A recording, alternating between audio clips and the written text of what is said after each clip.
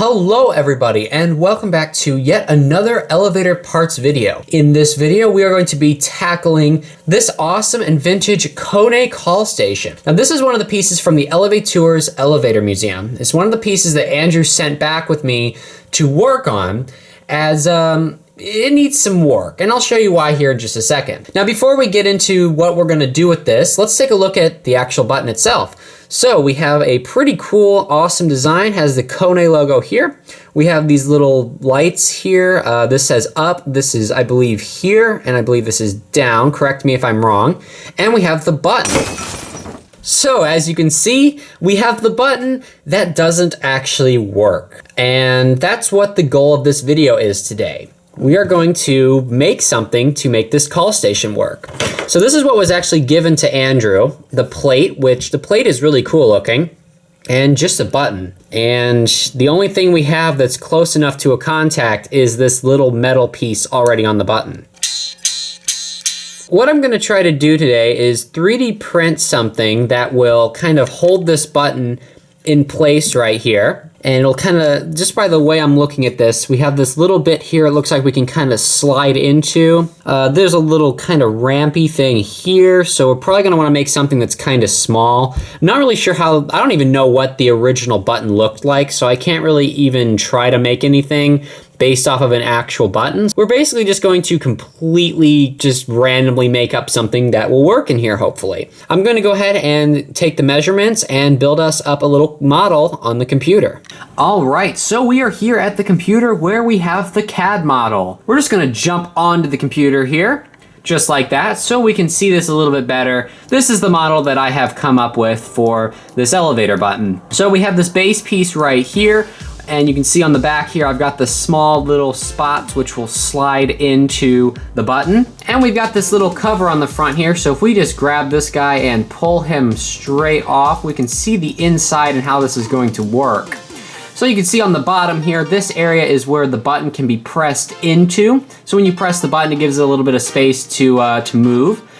This area here is where the contact is going to go, and we're gonna have to place some sort of metal item up here, which we can close the contact when we press down on that. And now this little hole up here on the top is where we're going to place a small little spring, and that spring will sit into the little hole on the back of the button.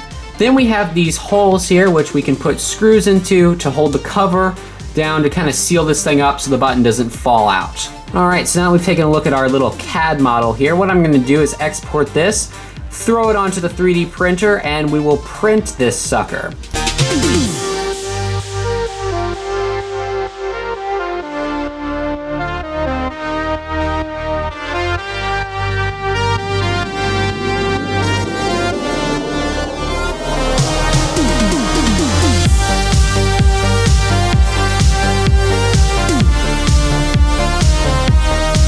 All right, so we finished the two pieces on the 3D printer. You can see here we've got the base piece and the little cover, which is gonna sit right here.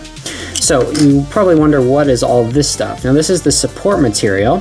So the first thing we need to do is take the support material off, and then we'll have the nice little base we can slide up into the button. Next thing we gotta do is actually put the button together. So you can see here, this slides in here like this, and we need to use a spring. Now I made a little hole down here in intentions of using this little spring here. It's not strong enough to push back the button, so we're gonna have to upgrade to a bigger spring. But if we press this in here with the spring, you can see that it presses down nicely. Another thing I'm gonna do while I'm at it is I'm gonna sand down the corners of this little area here, because the button sometimes gets stuck on it and we don't want that happening.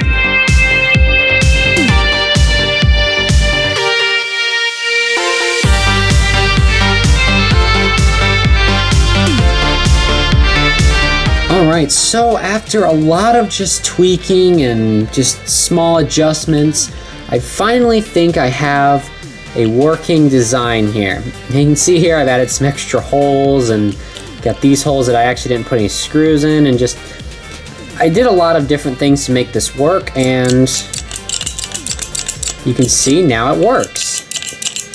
It presses very nicely and it has a nice sound to it.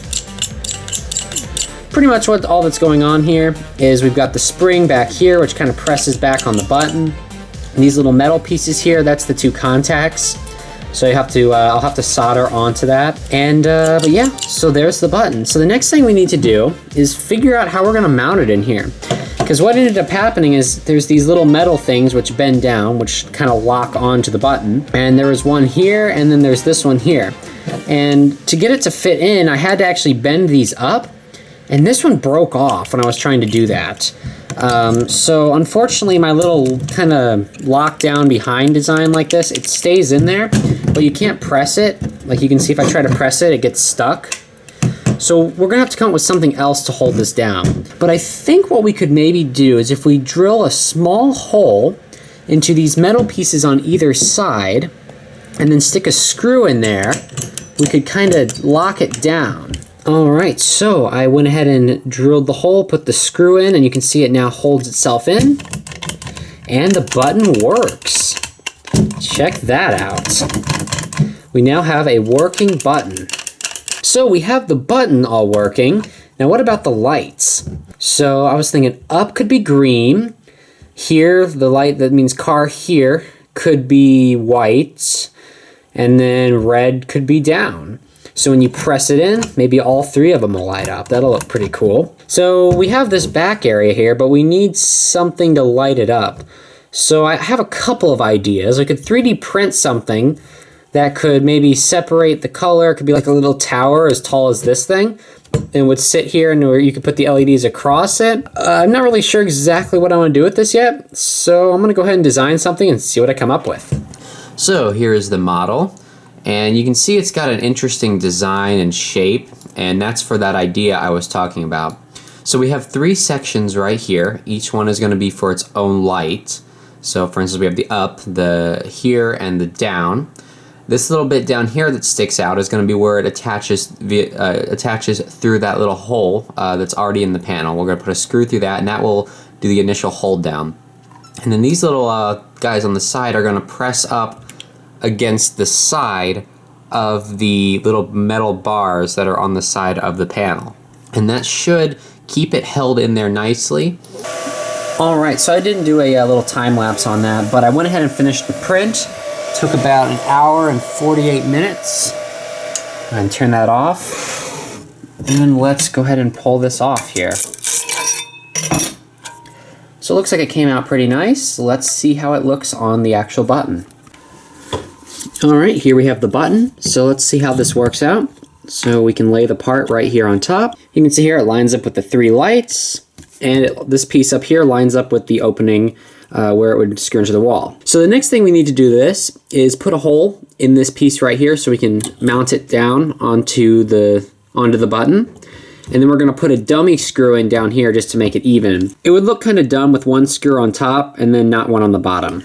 All right guys, so here's a little problem that arose here. So what I didn't realize is sometimes on my 3D printer, the parts like to kind of curl up a little bit. And right here, this front piece curled up a little bit because look, the whole back here is just kind of off. So what we're gonna have to do is find some way to mount this down a little bit better. The whole point of having the design like this was to hopefully have enough friction down here, because when this sits down here, it holds itself in very well.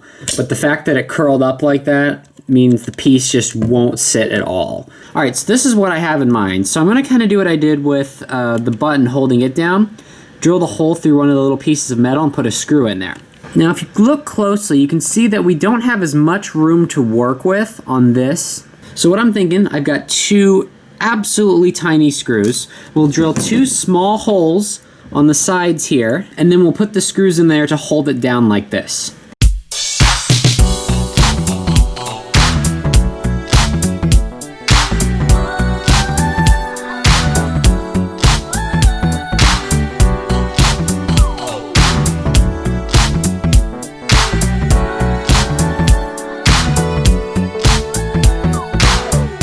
Alright guys, there we go. As you can see, we have mounted the little lamp socket holder in the back.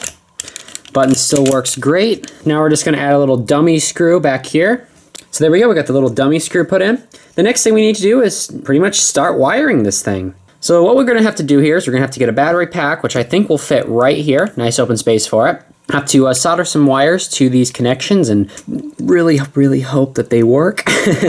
Pretty sure they will though. So yeah, we'll have to solder those contacts, and then we got to set up a little LED setup here.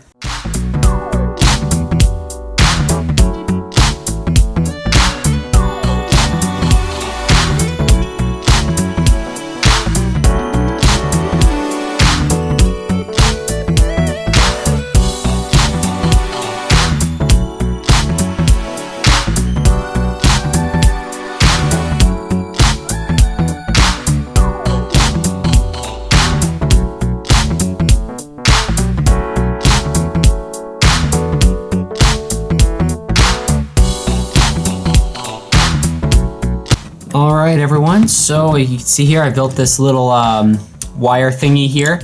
So when we're done here, we're gonna put this on here, but here's the moment of test, the moment of truth. Will it work? And look at that, it does. So we've got pink, green, and white for our colors. And now let's see how they look behind here. Oop, battery pack fell out. Oh, wow. Guys, look at that. That looks really nice. All right, cool. So that looks really good. So what I'm gonna do now is I'm just gonna glue this down here in place, this little assembly I've made, and then we're gonna fine tweak the LEDs.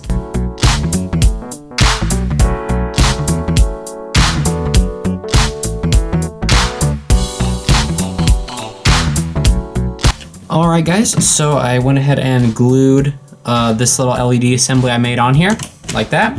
So let's have a look at it. That looks so cool. Let's watch this here, look. See, it lights up. So now what I'm gonna do is physically look at it. Okay, so I just went ahead and adjusted the LEDs a little bit. And you can see here, looks pretty good now. They're all nice and centered, at least from what I see in person. I don't know about the cameras picking up, but in person, the LEDs look a lot more centered. So I think this project is finished.